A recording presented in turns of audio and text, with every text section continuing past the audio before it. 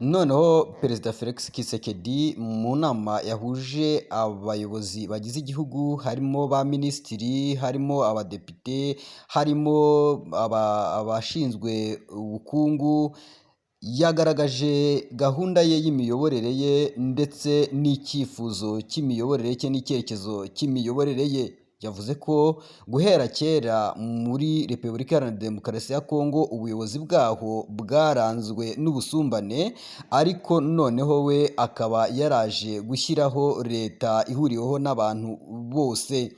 Yavuze ko yatangije gahunda yo gushyiraho ubuyobozi butandukanye, ashyiraho abadepite, ashyiraho abaminisitiri, ashyiraho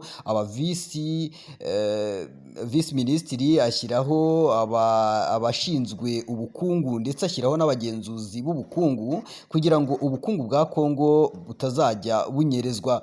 Yavuze ko gahunda ye ari iyo kugira ngo abaturage be babeho neza ndetse kugira ngo abaturage be bagire ubuzima bwiza. Avuga yuko guhera kera habayeho ikintu cy'ubusumbane mu buyobozi ndetse habaho n'ikintu cy'ubusumbane mu kugabanya umutungo. Avuga rero ko we icyo yaje ari ukugira ngo ibyo ngibyo abishyireho kandi bijyeho. Aravuga ati namwe mwarabyiboneye yuko hariho abaminisitiri, abadepite, ba visi guverineri ndetse hariho n'abashinzwe ubukungu ndetse harimo n'abagenzuzi b'ubukungu. Ati ibyo ngibyo rero bigaragaza yuko icyerekezo cyacu ari cyiza, nubwo intambara zitabura kubaho z'abantu batatwifuriza ibyiza, ariko njyewe nashyizeho gahunda kugira ngo abaturage bashobore kubaho neza, kandi niyo ntego yanjye rwose. Ndashaka ko abaturage babaho neza kandi buri muntu wese akibona mu buyobozi. Arakomeza akavuga ati abashaka kuturwanya ndetse n'abashaka izindi nyungu zose ntabwo bashobora kuzabigeraho, kuko twebwe twubatse ubuyobozi bwacu neza. Dufite ubuyobozi bwacu neza, bumeze neza, bwubatse neza, kandi buri muntu wese agomba kumenya inshingano ashinzwe, yaba ari umudepite, yaba ari umuminisitiri, yaba ari uwungirije minisitiri, yaba ari ushinzwe ubukungu, yaba ari ushinzwe kugenzura ubukungu. Agomba kujya mu nshingano ze ndetse akazikora neza kugira ngo tugabanye ubusumbane ndetse n'ivangura riri muri Kongo. Abaturage aha ngaha babyishimiye cyane kubera yuko iryo jambo ni ubwa mbere Felix Tshisekedi yari arivugiye mu ruhame. Aha ngaha abaturage babyishimiye cyane, kandi koko birumvikana ko yagaragaje umurongo ngenderwaho wo kugira ngo igihugu cye kizahuke kive mu bukungu. Iyi nkuru rero twayikesheje ikinyamakuru bita Congo Biz TV. Ndagira ngo rero ngusabe wowe utari wakora subscribe kugira ngo ukore subscribe kugira ngo tujye tubana mu makuru. Perezida Felix Tshisekedi we yasabye abaturage bose ndetse n'abayobozi kujya mu nshingano zabo kandi bakazikora neza bakirinda ubusumbane. Amakuru yacu tureka tuyerekereze i Roma, i Vatikani. Uyu munsi nibwo turi bwashyingure wahoze ari Papa Francis.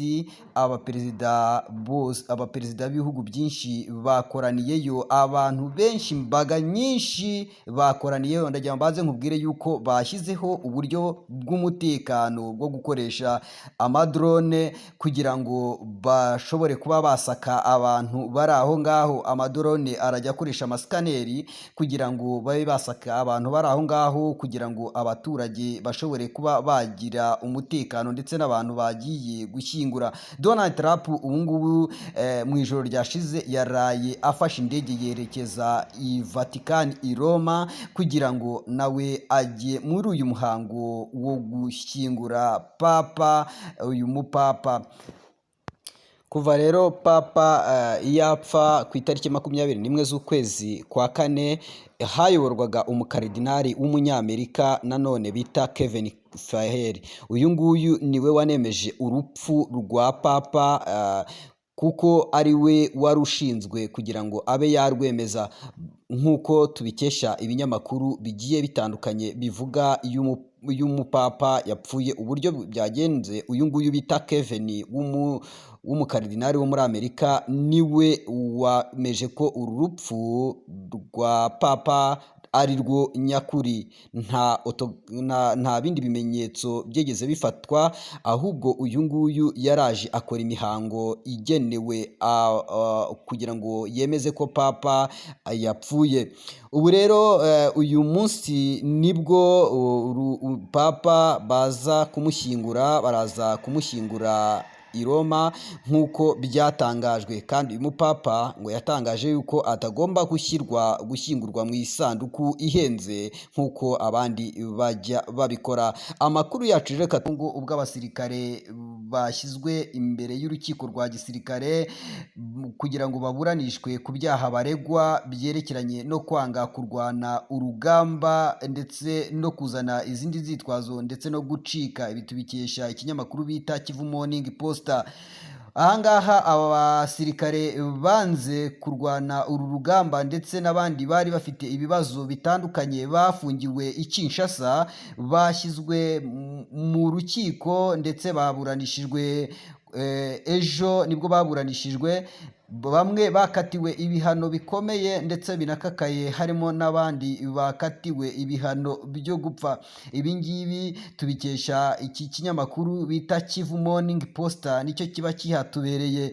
Aba basirikare rero bakatiwe kubw'impamvu zigiye zitandukanye, bamwe banze kujya kurwana urugamba, abandi basubiye inyuma bariyirukanyira, abandi bakekwa yuko bataye imbunda. Ibi bakabyita yuko ari ubugambanyi ndetse ari ukwanga gukorera igihugu. Nyamara nk'uko twabibonye mu makuru, twabonye ko Perezida Felix Tshisekedi yavuze ko buri muntu wese yagiye amushyira mu mwanya we ndetse agomba kubazwa inshingano ze. Ahangaha rero aba ni abantu benshi cyane bafashwe barafungwa, ndetse harimo abasirikare benshi cyane bagiye bafungwa ndetse n'abandi baturage bagiye bakeka yuko bagambanira igihugu. Ibyo ngibyo bakabishyira muri kadire y'urwego rwa gisirikare. Rero ejo nibwo baburanishijwe ndetse abandi barakatirwa, abandi bahabwa ibihano bikomeye bo mu basirikare.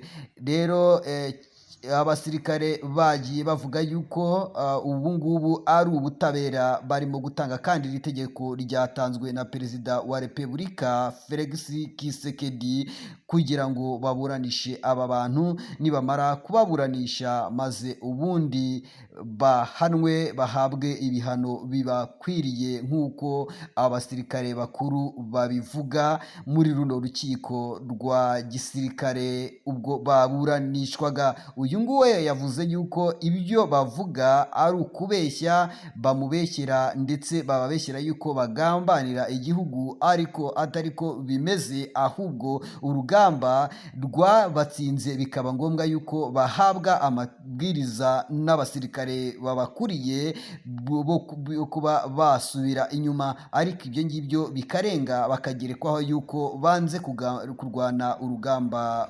bagatsindwa. Amakuru yacu nakagaruka, murakora.